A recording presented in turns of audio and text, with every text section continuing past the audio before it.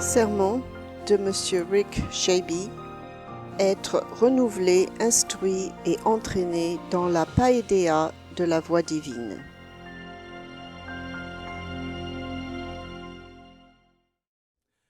Alors que je regardais ces jeunes enfants qui chantaient, je réalise à quel point le monde est différent dans lequel moi j'ai grandi. Ils ne savent pas vraiment ce que le monde était il y a 30, 40, 50 ans. Ils comprennent seulement le monde à travers leurs propres yeux et la nature du XXIe siècle. Mais, comme chacun d'entre eux, nous avons tous bénéficié de gens qui sont passés avant nous, de gens qui avaient des rêves, une vision, un caractère et la ténacité d'accomplir leurs tâches. Je pense à ceux qui ont le privilège d'être plus âgés de moi de plusieurs décennies. Il y a des gens qui n'étaient pas présents lorsque le téléphone ou Thomas Edison, tous ceux avant nous, Benjamin Franklin qui a travaillé avec l'électricité et beaucoup de ces gens qui ont façonné le monde d'aujourd'hui et qui n'ont jamais vraiment pu imaginer quel serait le résultat de leur invention et à quel point ils étaient en train de créer une révolution dans le monde et que chaque génération allait faire certaines améliorations technologiques. Chaque matin, lorsque nous commençons et nous démarrons notre voiture, on oublie que il y a plusieurs années, Henry Ford a eu la vision que un moteur serait mieux que des chevaux. Des générations après génération, chaque génération a bâti sur les idées de leurs ancêtres. Si Benjamin Franklin était vivant aujourd'hui, il secouerait la tête et n'arriverait pas à croire. À chaque fois qu'on va dans un avion et qu'on passe de la Floride à la Californie ou en Europe ou en Amérique du Sud, là, quel que soit l'endroit où on va, on ne pense pas forcément aux frères Wright qui ont fait le premier vol transatlantique et qui ont essayé de voler le premier vol humain. Ils ont continué d'essayer jusqu'à ce qu'ils ont réussi. Mais ils sont morts sans jamais vraiment savoir à quel point aujourd'hui le vol aérien serait quelque chose d'aussi commun.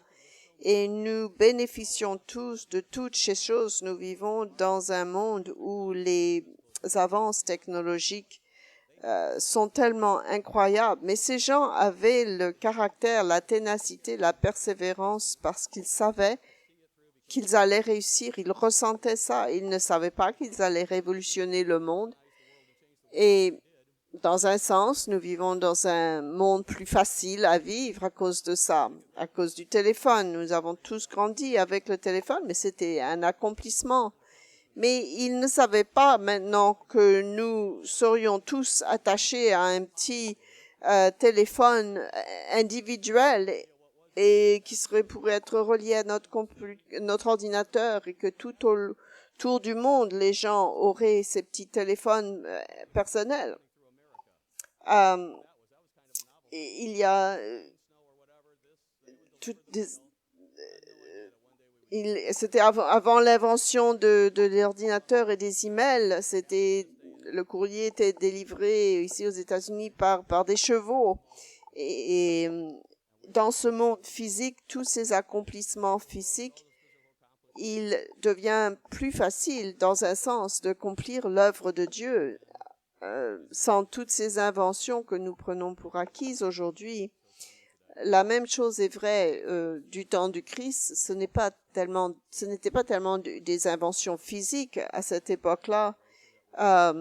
Lorsque les apôtres étaient vivants et qu'ils marchaient sur la terre, l'Empire romain était en pleine force.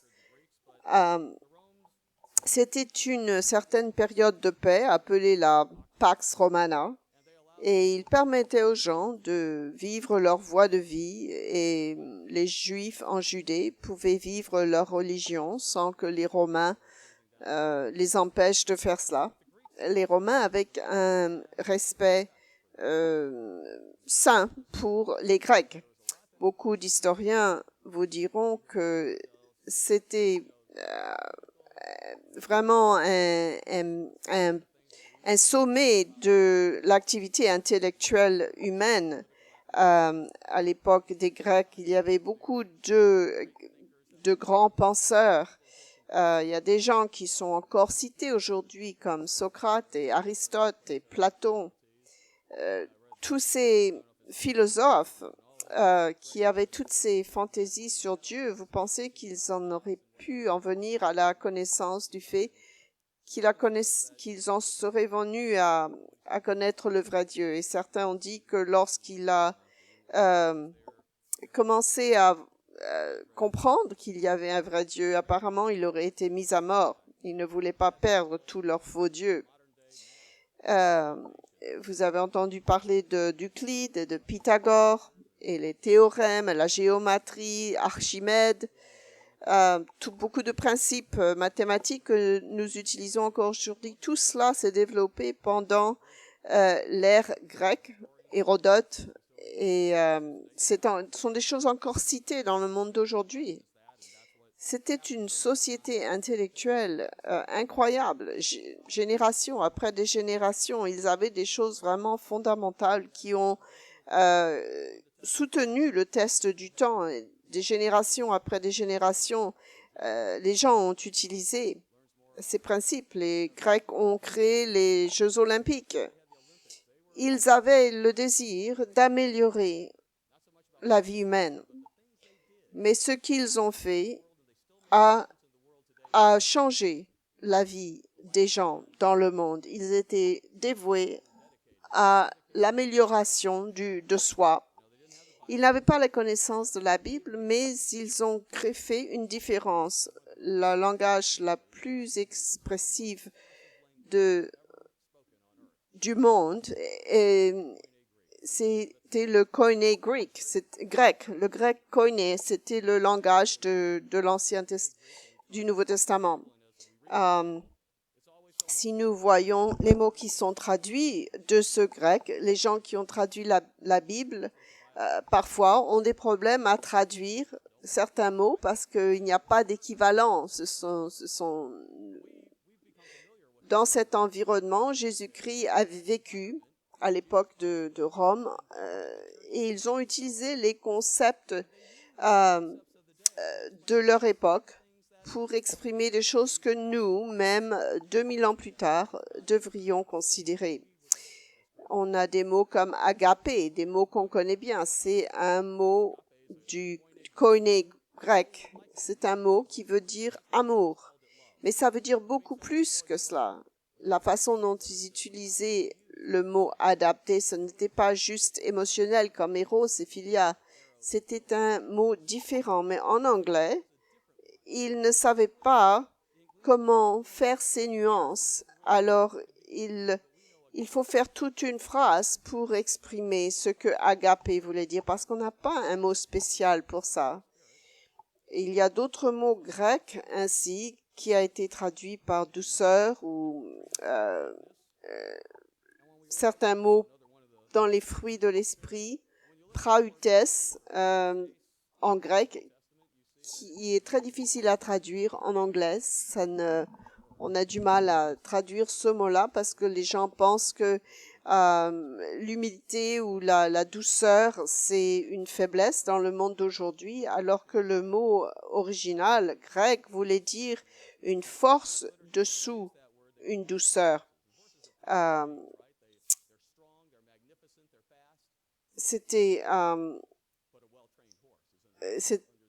Lorsque Dieu utilise ce mot pour identifier l'un des fruits du Saint-Esprit, il dit c'est pautes, c'est ce mot, c'est de la puissance sous contrôle du maître.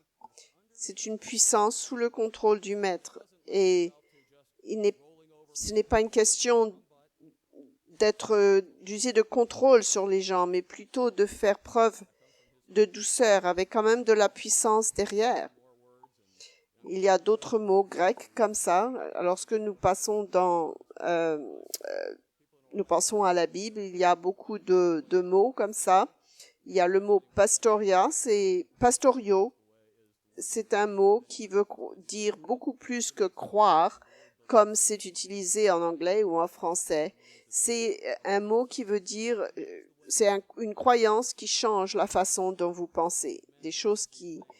Des mots que les Grecs ont créés, qui commençaient petits, mais qui ont changé le monde. Lorsque la langue Koine Greek a été développée, les Grecs, à leur façon, ont changé le monde avec leurs enseignements. Les apôtres eux-mêmes, lorsqu'ils sont partis à travers le monde, il est dit dans Acte 17, ils ont changé le monde. Nous faisons partie de quelque chose comme cela. Lorsque le Christ a commencé, quelque chose qui a commencé petit, reportez-vous à Hébreux. Nous faisons partie de ces petits débuts. Hébreux 12. Alors que nous sommes ici, à la fête, bien d'autres personnes sont venues avant nous.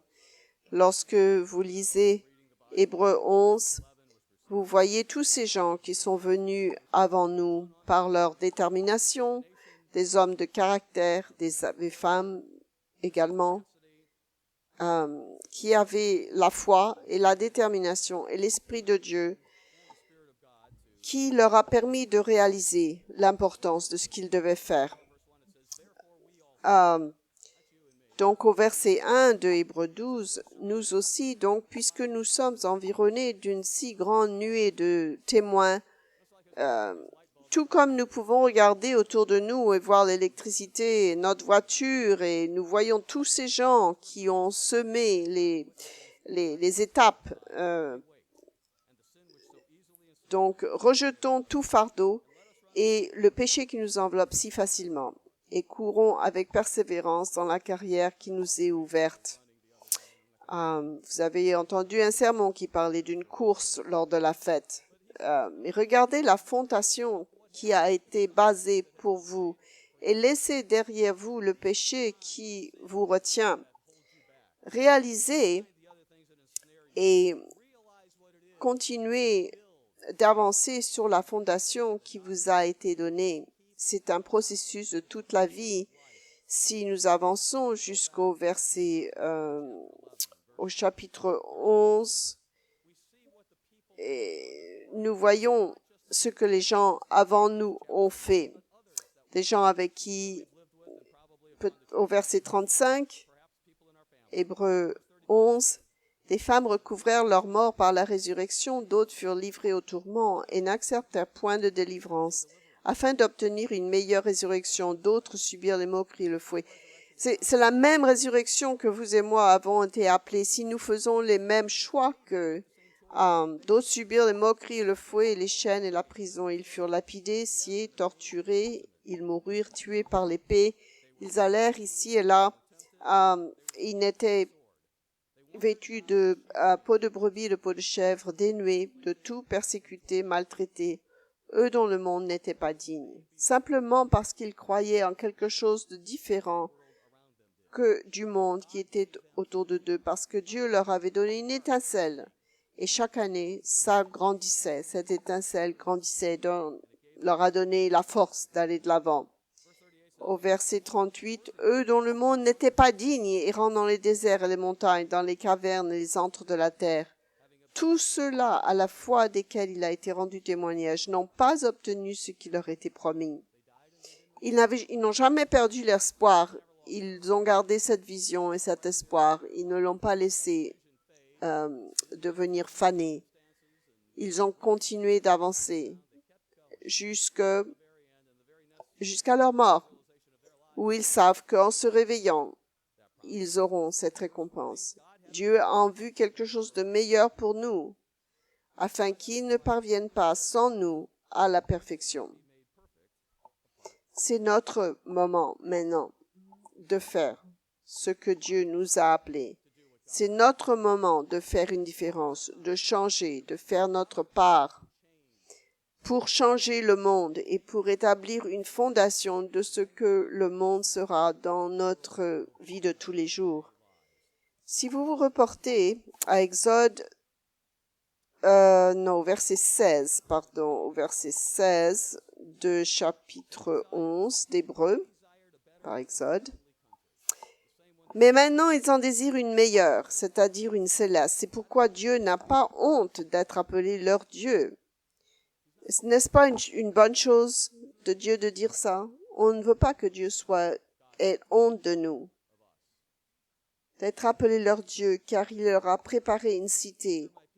Dieu dit, voici, c'est ça mon peuple, c'est ceux qui se sont repentis, c'est ceux qui ont eu la vision, c'est ceux qui ont vécu leur vie selon cette vision, selon la vision que je les avais appelés à partager et qui ont vécu comme je voulais qu'ils vivent. Parce que vous savez, notre appel n'est pas juste pour 5 ans, 10 ans, c'est pour le restant de notre vie, qu'on ait 80 ans, qu'on soit né dans une famille, qu'on soit né dans l'église ou pas. Notre vie entière doit être dévouée à ce à quoi Dieu nous a appelés. C'est ce qu'ont fait les hommes de Hébreux 11.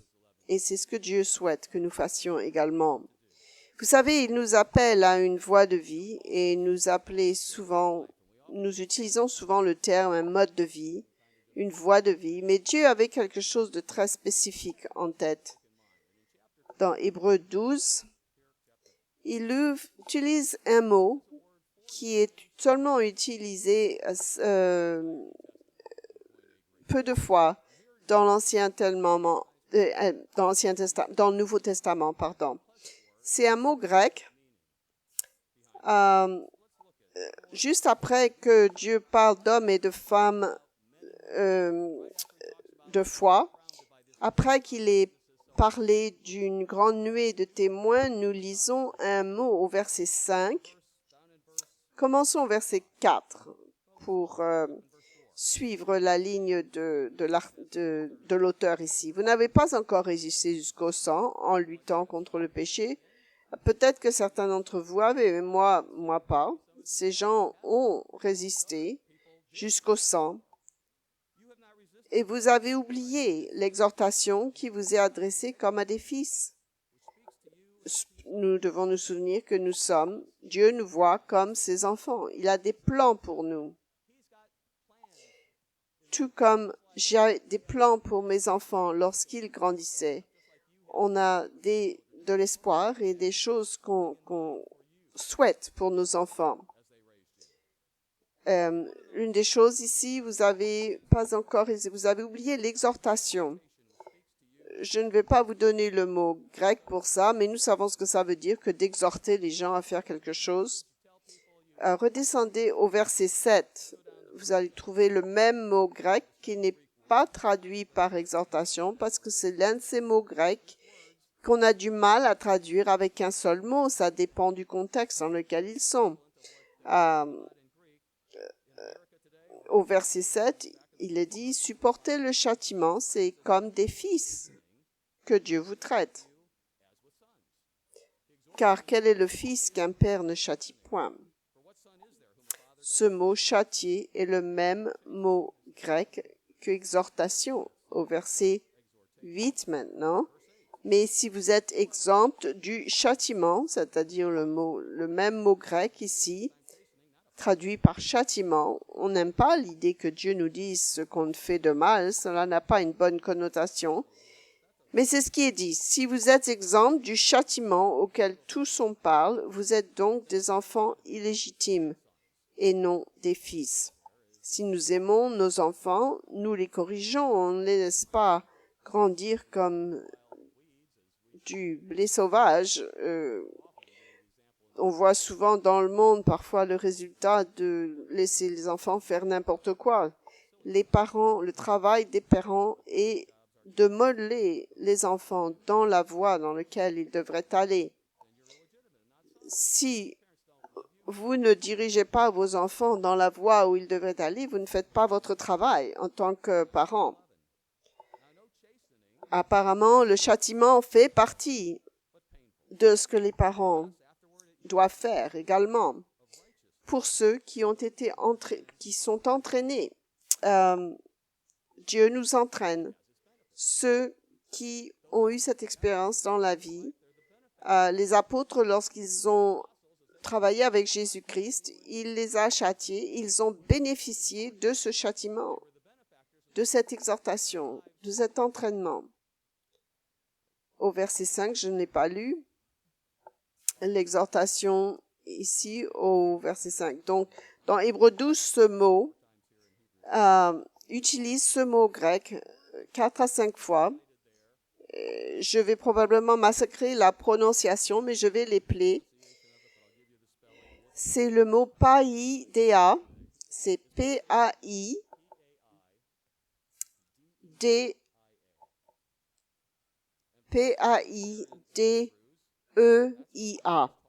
en grec. C'est un mot que les Grecs ont créé pour décrire l'environnement dans lequel les enfants sont. Ce mot apparaît 6 fois dans le Nouveau Testament. C'est tout l'entraînement et l'éducation des enfants qui relate à la cultivation de la morale et qui contient des commandes et des admonitions, des châtiments. C'est l'entraînement complet, l'éducation d'un enfant. C'est ce que Dieu, et c'est l'éducation complète du cœur, de l'esprit, de l'aspect mental, l'aspect émotionnel, l'aspect intellectuel, l'aspect moral, l'entraînement complet d'un être humain. Et c'est aussi un entraînement qui permet de diriger un enfant sur un chemin dans lequel il doit se trouver, sur le bon chemin.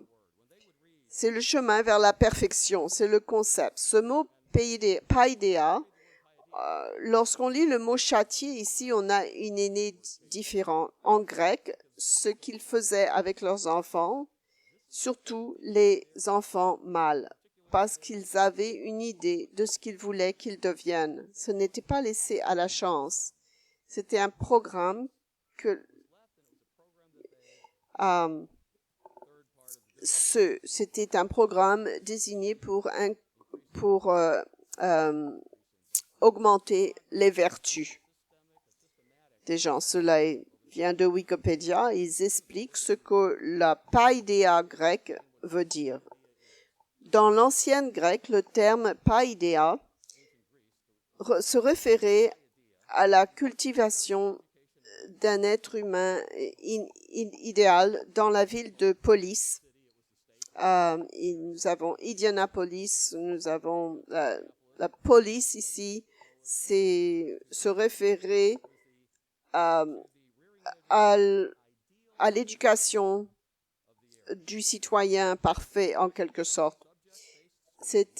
L'accent était mis sur la socialisation et les sujets grecs en éposant les gens à la grammaire, la rhétorique, la philosophie, les mathématiques, la science. Un citoyen de la police, de la ville, comme Indianapolis et tout ça, était également entraîné à gymnastique. Il y avait une certaine rigueur physique, intellectuelle. Ils utilisaient la musique, la philosophie. C'était tout un système de vie. Ils voulaient que leurs hommes deviennent des citoyens parfaits. Ils les entraînaient à devenir des êtres humains qui feraient une différence dans le monde autour d'eux. Certains avaient des dons musicaux, certains avaient des dons physiques, mais chacun d'entre eux avait quelque chose à contribuer et le travail des parents était de les inspirer à devenir le mieux qu'ils devraient être. Et lorsque les Grecs parlaient de ce mot païdéa, Il savait ce qui se passait en grec et il comparait ce que Dieu fait avec vous et moi à paideia, tout un système d'éducation, toute une vie, un système d'expérience de vie pour devenir ce que Dieu veut qu'on soit, un membre idéal de son royaume, de sa police en quelque sorte, pas au sens des policiers, mais au sens d'une ville, une citoyenneté. Dieu dit dans l'Ancien Testament que tout le corps doit être dévoué à devenir ce que Dieu veut qu'on devienne, dédié à la perfection. Le but était ils mettaient l'accent sur les hommes, sur les jeunes hommes. Ils devenaient l'excellent exemple de ce que chaque personne devait devenir. C'était là où leur éducation mettait l'accent. Et vous savez, ils l'ont fait très bien. Lorsque vous regardez les noms lorsque vous voyez ce qui est sorti de cette culture grecque, des choses, des concepts, des idées qui sont encore en vie, qui sont encore utilisées aujourd'hui. Évidemment, ils avaient leurs problèmes, comme toute société, mais ils avaient un système d'éducation et ce qui a été produit par ce système a perduré jusqu'à nos jours. Et lorsque Dieu inspire l'utilisation de ce mot, il dit, c'est comme ça que je veux éduquer ma famille. Je veux que ce soit un mode de vie complet pour qu'il fasse partie de ma famille, de ma paideia. Reportez-vous à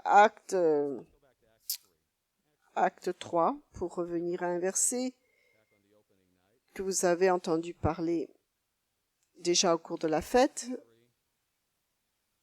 Dans Acte 3 et verset 19. Nous connaissons ce verset. Repentez-vous, c'est-à-dire changez votre voie de vie lorsque Dieu vous a appelé, que nous ayons été appelés en tant qu'adultes ou que nous ayons grandi dans l'Église, il nous faut nous repentir et être convertis pour que nos péchés soient effacés, afin que des temps de rafraîchissement viennent de la part du Seigneur, et qu'il envoie celui qui vous a été destiné, Jésus-Christ, que le ciel doit recevoir jusqu'au temps du rétablissement de toutes choses dont Dieu a parlé, anciennement par la bouche de ses saints prophètes d'autrefois. Le monde de demain, nous le savons, sera tellement plus beau que le monde d'aujourd'hui lorsque les hommes mettront en pratique ces principes de la paideia de Dieu. Il dit toute chose, ce n'est pas limité à la terre ou aux animaux. Lorsqu'il dit toute chose sera rétablie, il veut dire toute chose. Il y a tellement de choses qu'on a perdues. L'une des choses que Dieu va restaurer dans le royaume, l'une des choses que nous sommes en train de restaurer lorsque nous vivons la voie de Dieu, c'est le concept de la famille. La famille a été sous attaque pendant longtemps afin que, lorsque vous écoutez ce que les médias disent, la famille ne ressemble même pas à ce que vous et moi connaissions de la famille d'autrefois. La famille et le rôle dans la famille seront restaurés. Les choses seront remises en place. Et pour vous et moi qui pratiquons la voie divine aujourd'hui, qui sont dans cette période de paideia dans notre vie, cette période d'instruction, pour apprendre ce que la vie sera dans le royaume, ils apprennent comment devenir un membre parfait du royaume de Dieu, en soumettant leurs propres passions, leurs propres idées au royaume. Le concept de la famille devait être prééminent dans notre vie. Nous devrions représenter un témoignage pour ceux autour de nous. Vous savez, dans Genèse 1, verset 26 à 28, il est dit que Dieu a créé mâle et femelle, et il leur a dit, lorsqu'il les a créés, multipliez et remplissez la terre, les hommes et les femmes, un mariage entre un homme et une femme, et à partir de cette union, des enfants seraient nés de cette union. Et dans Genèse 2, il est question de devenir une seule chair, de quitter papa et maman, de devenir une famille et de travailler avec Dieu pour en arriver à transformer cette famille en ce que Dieu veut qu'elle soit. Dans la société grecque, la païdéia, le père était très impliqué dans l'éducation de ses enfants. La femme l'était également. Elle savait comment est-ce que les enfants devaient devenir et les enfants y participaient également. Ils comprenaient que c'est notre voie de vie, c'est ce que nous devons devenir. De même, ça devrait être en nous que la voie divine est prééminente dans notre vie. Certains des rôles que Dieu a mis en place dans la Bible, certains de ces rôles peuvent être mal vus dans le monde d'aujourd'hui qui veut redéfinir tout. Donc, à part de la vérité qu'on voit dans la Bible, dans Éphésiens 5, verset 25, un verset significatif compare la relation entre un homme et une femme à la relation entre Jésus-Christ et l'Église. C'est à quel point cela est important dans l'Église. Lorsque Dieu regarde au mariage, nous, on le considère pour autant que je t'aime bien, je reste marié avec toi, mais si jamais c'est trop difficile, je vais voir ailleurs. Et lorsque je suis fatigué de toi, j'irai ailleurs. Pour les églises, Dieu ne dit pas « je suis fatigué de vous, je vais aller travailler avec un autre groupe maintenant ». Il dit non, que chacun aime sa femme comme Christ a aimé l'Église et s'est livré lui-même pour elle afin de la sanctifier en la purifiant et en la lavant par l'eau de la parole pour faire paraître devant lui cette Église glorieuse sans tache, ni ride, ni rien de semblable, mais sainte et irréprochable. C'est ainsi que le mari doit aimer sa femme comme son propre corps. Celui qui aime sa femme s'aime lui-même. Dieu a créé les choses de façon que le mari doit être le chef de la famille, comme le Christ est le chef de l'Église. Le mari doit être la tête spirituelle. C'est eux qui doivent fournir la direction spirituelle et qui doivent dire où aller. C'est la façon de marcher et aller dans c'est le travail du mari. C'est ce que la volonté de Dieu est. Peut-être différent de ce que vos amis font, mais dans la païdéia de Dieu, c'est ainsi qu'il faut faire. C'est la façon d'aller dans le royaume, c'est là où ça commence et où ça doit grandir dans notre vie. Et ça ne doit pas simplement s'arrêter, mais ça doit constamment grandir et jusqu'à ce que ça domine et définisse notre vie. Mais les maris, donc, devaient être le leader spirituel de la famille. Ça ne veut pas dire que c'est les seuls qui vont enseigner, mais ça veut dire qu'ils devraient montrer la direction. Et dans le cas où le mari n'est pas un croyant, parfois la responsabilité tombe alors sur la mère. Elle doit quand même se soumettre à son mari pour autant que ça ne contredit pas Dieu. Il est dit donc le mot agapé ici, quand il est dit que le mari doit aimer sa femme, c'est le mot agapé ici. Eros, c'est facile lorsqu'on est attiré par quelqu'un, mais agapé, certains mariages développent agapé, d'autres non. C'est ça qui retient un mariage ensemble, ou qui le rend plus heureux. Pas forcément le tien sans que ce soit heureux. Dans 1 Pierre 3, verset 7, 1 Pierre 3, verset 7, Marie, montrez à votre tour de la sagesse dans vos rapports avec vos femmes. Chaque mari ici s'est demandé pourquoi sa femme était pas content avec lui, était fâchée. Et vous vous demandez peut-être pourquoi est-ce qu'elle est fâchée, pourquoi est-ce qu'elle fait la tête. les principes de communication et de relation et chercher à comprendre ce que l'autre, cela est si important dans un mariage. Et ça marche des deux côtés. Marie, montrez à votre tour de la sagesse dans vos rapports à votre femme. Vous les aimez avec un amour agapé, vous avez cet amour sacrificiel. Vous savez que Dieu vous a lié pour la vie, pas juste pour quelques années, pour autant qu'elle vous rende heureux. Comme avec un sexe plus faible, honorez-la, comme devant aussi hériter avec vous de la grâce de la vie.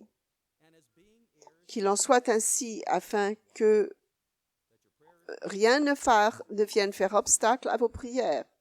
Un bon mariage, travaillez à votre mariage, a des problèmes parfois. Ce n'est pas toujours un lit de rose. Il y a des choses qui doivent être discutées, il y a des problèmes à régler. Les gens viennent ensemble pour travailler et Dieu dit, vous restez, vous progressez, vous devenez une seule chair, vous réveillez sur vos problèmes, vous communiquez, vous continuez à discuter, vous continuez à vous aimer, vous le faites ce que Dieu veut faire et vous le traitez comme quelqu'un sur lequel vous apportez tellement de valeur. Si les maris donnent de la valeur à leurs femmes, s'ils les aiment ainsi, je pense que vous trouverez que beaucoup de femmes et les maris, s'ils font attention, lorsqu'on fait les choses que la Bible dit, nos épouses souvent veulent nous suivre. C'est souvent lorsque nous sommes en dehors de la ligne que les problèmes se développent. Lorsque Dieu dit au mari, il donne ici une image de Jésus-Christ, remarquez comment Jésus-Christ travaille avec nous. Il comprend tous nos besoins. Il ne traite pas de nous de façon dure. Il est patient. Il ne nous abandonne jamais. Il est là. Ses désirs est que nous devenions un membre idéal de sa famille. Il voit notre futur et notre éternité dans ce rôle. Les messieurs, si nous sommes mariés, c'est notre devoir de regarder dans la Bible, de guider votre famille en cherchant dans la Bible là où vous devriez marcher. Il parle un peu plus loin des femmes également. C'est un mot que beaucoup de personnes ont des problèmes avec lorsqu'il est dit que les femmes devraient se soumettre. Il n'y a rien de mal à la soumission. L'Église entière essaye de se soumettre à Jésus-Christ. Il n'y a rien de mal à ça. C'est une belle chose lorsque les gens travaillent ensemble. Et pourtant, les gens peignent la soumission comme si la personne qui se soumet était inférieure, alors qu'en fait, ça veut simplement dire que la femme prend sa position dans le rôle que Dieu a créé pour que les choses marchent bien, afin qu'ils soient gagnés par la conduite de leur femme. Cela devrait être un encouragement pour certains dont les époux ne sont pas convertis. Quel témoignage lorsque vous voyez des couples heureux qui fonctionnent bien. Vous voyez que la voix de Dieu marche. Lorsqu'il voit votre conduite chaste accompagnée par la crainte, j'ai perdu la référence, il dit de ne pas il dit que ce qui est le plus important n'est pas l'extérieur de l'apparence d'une personne, mais c'est ce qui est à l'intérieur, n'est-ce pas? Ce n'est pas ce qui est à l'intérieur et ce qui va garder le mariage ensemble, pas l'extérieur. Au verset 4 de 1 Pierre, il dit aux femmes, au verset 1, donc que chacune soit soumise à son mari en ayant cette parure, non pas cette parure extérieure, mais la parure intérieure dans le cœur, au verset 4. Reportez-vous à Éphésiens pour voir ce que Paul dit concernant les femmes. Éphésiens 5, verset 22, il utilise le même mot ici que Pierre avait utilisé. Femme, que chacun soit soumise à son mari comme au Seigneur. Si on a un problème pour se soumettre à son mari, on a probablement un problème pour se soumettre à Jésus-Christ également. Car le mari est le chef de la femme comme Christ est le chef de l'Église qui est son corps et dont il est le Sauveur. Or, de même que l'Église est soumise à Christ, souvenez-vous de l'image que vous avez du couple par rapport à Christ et l'Église. À nouveau, c'est comme un miroir. Les femmes doivent aussi l'être à leur mari en toutes choses. Un homme, une femme, devenir un. Vivre la voie divine comme Dieu l'a demandé. Reportez-vous à Malachie pour voir ce que l'Ancien Testament a à dire sur ce sujet. Dans Malachie, chapitre 3 et verset 13. Malachie 3, verset 13. Les choses que Dieu parlait à l'ancien Israël ici vraiment nous concernent à nous également. Vos paroles sont rudes contre moi, dit l'Éternel, et vous dites, qu'avons-nous dit contre toi? Il dit, vous avez dit, dans Malachie 3, 13, 14, vous avez dit, il dit, laissez-moi voir où j'en suis ici. Il s'est trompé, c'est Malachie 2, verset 13. Il s'était trompé de référence. Malachie 2, verset 13. Et voici encore ce que vous faites. Vous couvrez de larmes l'autel de l'Éternel, de pleurs et de gémissements, en sorte qu'il n'a plus égard aux offrandes et qu'il ne peut rien agréer de vos mains. Et vous dites, pourquoi tu fais ça? Parce que l'Éternel a été témoin entre toi et la femme de ta jeunesse, à laquelle tu es infidèle. Regardez l'importance que Dieu met là-dessus. Bien qu'elle soit ta compagne et la femme de ton alliance. Nul n'a fait cela avec un reste de bonne-chance. Un seul l'a fait. Pourquoi?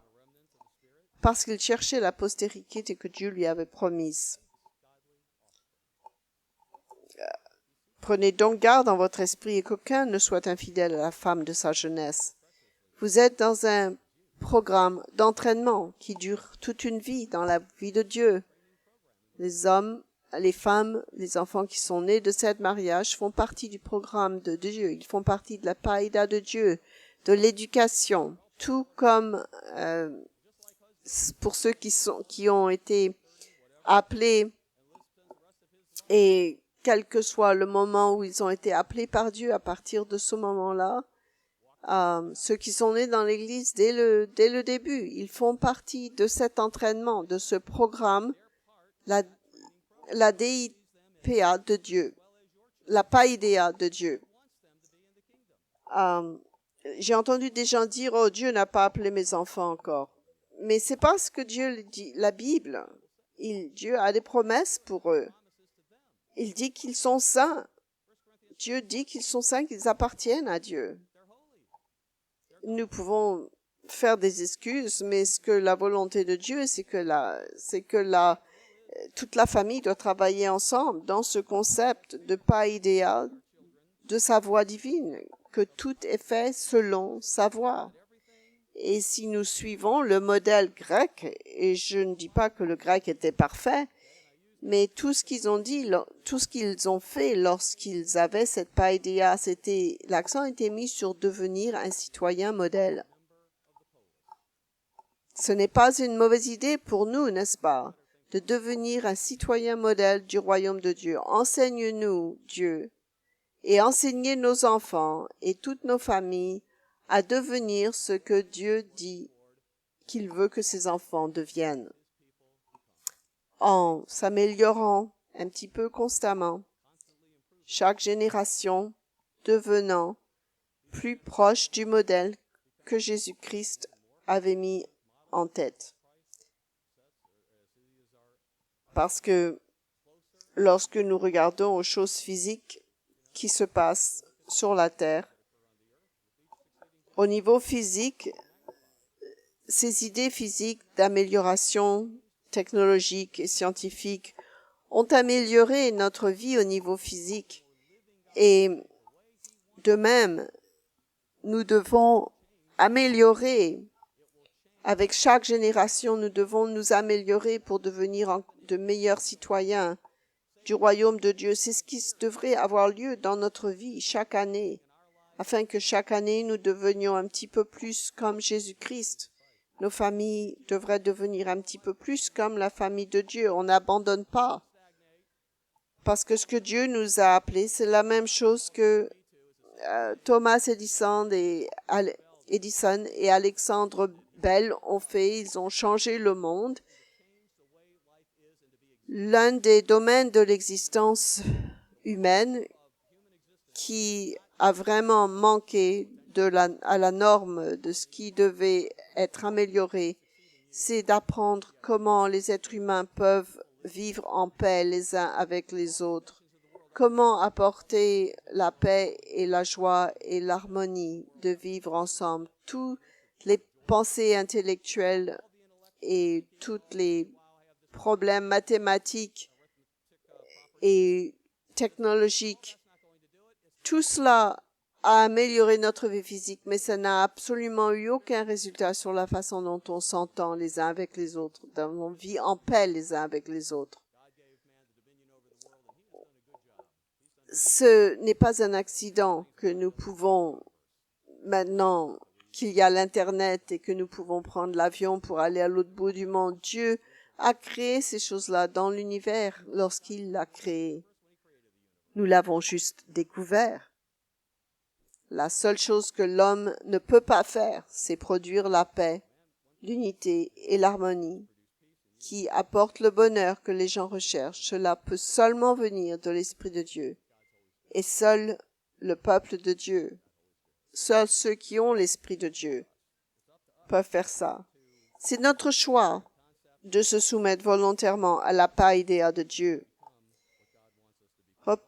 Dirigeons-nous maintenant vers les enfants, parce qu'en tant qu'enfants nés dans la famille de Dieu, les enfants de membres d'hommes et de femmes qui se sont soumis à Dieu, ils ont leurs responsabilités également. Ils doivent être enseignés. Ils doivent être enseignés ce que c'est. Dans Éphésiens, chapitre 6, enfants, obéissez à vos parents selon le Seigneur, car cela est juste. Quel que soit que vous entendez à la télévision ou ailleurs, il faut que les enfants obéissent à leurs parents. Honore ton père et ta mère, c'est le premier commandement avec une promesse. Cela est juste et bon. C'est ce que nous faisons, c'est ce que nous sommes. C'est ce que le monde ne peut pas faire. C'est ce que nous faisons parce que c'est ce qui est le mieux pour le monde entier, afin que tu sois heureux et que tu vives longtemps sur la terre. Et vous, pères, une dernière admonition, n'irritez pas vos enfants, mais élevez-les en les corrigeant et en les instruisant selon le Seigneur. Devinez quel mot grec est utilisé ici. Le mot grec est pour instruire et païdéa. Père, élevez-les dans la païdéa du Seigneur. Que ce soit une expérience de vie complète, que ça fasse partie de tout, le but de votre famille, le but de votre existence, d'élever vos enfants dans cette païdéa, qu'elles ne disparaissent pas en face de toute la résistance que vous aurez dans le monde autour de vous, des gens qui vont critiquer la façon dont vous faites les choses. N'abandonnez pas le fait de faire les choses selon la voie divine. Guidez vos enfants, dirigez-les, montrez-leur et corrigez-les en les instruisant selon le Seigneur. Si vous les aimez, vous allez le faire. Si vous les aimez, vous ferez ce que Dieu dit ici, en les corrigeant. Il y a un équivalent dans l'Ancien Testament pour le mot grec païdéa. Dans l'Ancien Testament, l'équivalent de ce mot apparaît 50 fois dans les Proverbes. Et je suggère que peut-être les jeunes peuvent relire le livre des Proverbes et les relire. Parce que Salomon, l'homme le plus sage qui ait jamais vécu, disait tout le temps aux jeunes d'obéir à leurs parents. Ce que nous oublions, c'est que nous étions tous des enfants à quelqu'un. Tout ce que nous devons, c'est suivre le chemin de notre Père. Si nous voulons être de bons parents, faisons avec nos enfants ce que Dieu fait avec nous. Dans Proverbe 1, verset 2, voici l'équivalent du mot paideia dans l'Ancien Testament. Pour connaître la sagesse et l'instruction, voici le mot ici, l'équivalent paideia. Au verset 7, la crainte de l'Éternel, le commencement de la science. Les insensés méprisent la sagesse et l'instruction. Voici ce mot paideia. Les insensés méprisent ça, qui disaient « Ah, c'est pour les vieux, ça. On a une meilleure façon de faire les choses maintenant. Dans l'ancien temps, vous ne saviez pas comment élever les enfants, mais maintenant, on sait mieux. Écoute, mon fils, là, au verset 8, l'instruction de ton père, et ne rejette pas l'enseignement de ta mère. » Vous les jeunes, si vous êtes suffisamment âgés pour entendre et comprendre ce que je dis, Dieu vous a enregistré dans un programme, vous n'allez pas trouver ça dans aucune université. Vous pouvez augmenter votre augmentation spirituelle dans ce monde, mais pas en sacrifiant la paideia. Il n'y a rien de plus important de ce que vos enfants vous enseignent chaque jour alors qu'ils suivent eux-mêmes Dieu à mesure que nous suivons Dieu et que nous enseignons nos enfants. Et lorsque Jésus-Christ reviendra, il reviendra vers des gens qui mettent en pratique cette paideia de Dieu. Ces gens qui représentent les citoyens idéaux du royaume. Regarde ce qu'ils ont fait de notre vie. Ça a commencé avec un tout petite chose. Je les ai appelés et ils ne comprenaient pas grand-chose et ça a grandi et ça a grandi et ça a grandi. Comme les inventions physiques de l'ampoule et de l'électricité, etc. Lorsque nous écoutons Dieu et nous enseignons Dieu à nos familles, Dieu est très clair dans ses instructions à la famille. Vous savez ce que dit Deutéronome 6, vous pouvez le relire pour vous-même si vous voulez. Il dit, parlez de moi lorsque tu vas te coucher le soir, lorsque tu te lèves le matin. C'est pas juste quelque chose que tu parles de Dieu le vendredi soir, mais il faut s'assurer dans une famille que Dieu fait partie des instructions et de la vie de la famille, pas juste le vendredi soir lorsqu'on fait une petite étude biblique de 30 minutes ou de 10 minutes, mais que tout au long de la journée, il est question de Dieu. On parle de Dieu à nos enfants. On les enseigne dans la paideia. C'est un contexte qui prend toute l'éducation en général d'un enfant. Notre vie doit être dominée par les principes divins et une vie importante de la vie des enfants. Dans Proverbes chapitre 3, verset 11. Proverbes chapitre 3, verset 11, voici un autre endroit où vous trouvez le mot équivalent à paideia. Mon fils, ne méprise pas la correction. Voici ici le mot châtiment, correction. Lorsqu'ils ont traduit ça, ils auraient pu utiliser le mot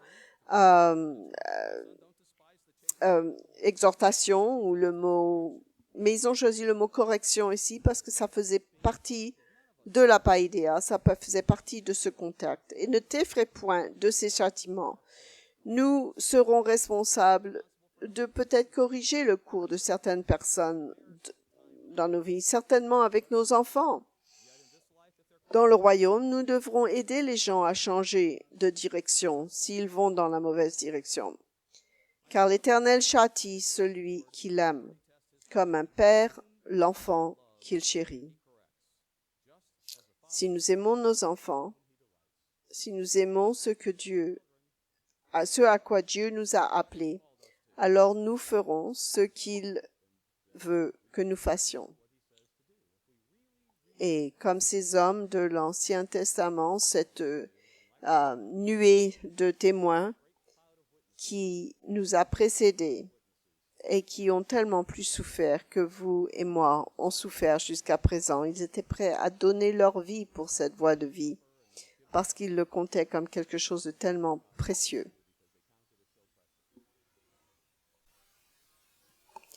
Reportez-vous à 2 Timothée chapitre 3. Reportez-vous à 2 Timothée chapitre 3. Dieu nous appelle, nous repentons, nous sommes baptisés, nous recevons le Saint-Esprit qui nous guide dans la vérité, qui nous aide à comprendre la Bible. Mais il nous donne cette Bible, ce document incroyable. Il faut le mettre en pratique, n'est-ce pas? Et parfois, il faut comprendre les concepts de ces choses qui ont été écrites il y a si longtemps par des auteurs pour bien comprendre ce dont il est question dans 2 Timothée 3, verset 16. Il faut creuser un peu. Toute écriture est inspirée de Dieu et est utile pour enseigner, pour convaincre, pour corriger, pour instruire dans la justice, afin que l'homme de Dieu soit accompli et propre. Regardez ce mot. Toutes bonnes œuvres. Pas juste 90%, mais pour toutes bonnes œuvres.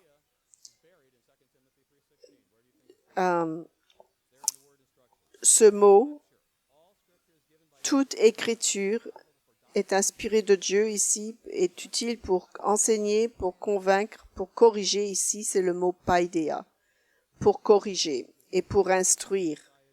Le mot paideia se retrouve ici dans ce passage. Dieu utilise ce mot pour dire « c'est cela votre entraînement de vie ». Vous n'avez pas besoin d'aller acheter toutes sortes de livres. Il faut juste apprendre et mettre en pratique ce qu'il y a dans ce livre-là et le faire partie de notre vie de tous les jours, l'enseigner à nos enfants.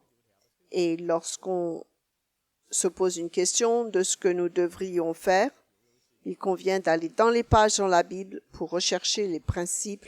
Lorsque vous ne cherchez pas votre volonté, ce que vous voulez personnellement ou ce que vous pensez que des membres peut-être de votre famille veulent, qui ne sont pas convertis, mais recherchez dans la parole de Dieu ce que Dieu veut que vous fassiez. Le Christ était jeune quand il est petit, il avait le Saint-Esprit dès le début, mais il a dû avoir tout de même une période d'entraînement. Dieu a bien choisi ses parents. Il savait dans quel genre de famille il voulait que son fils grandisse, et ses parents ont fait un bon travail. Nous voyons que Jésus n'a jamais péché, mais reportez-vous à Luc.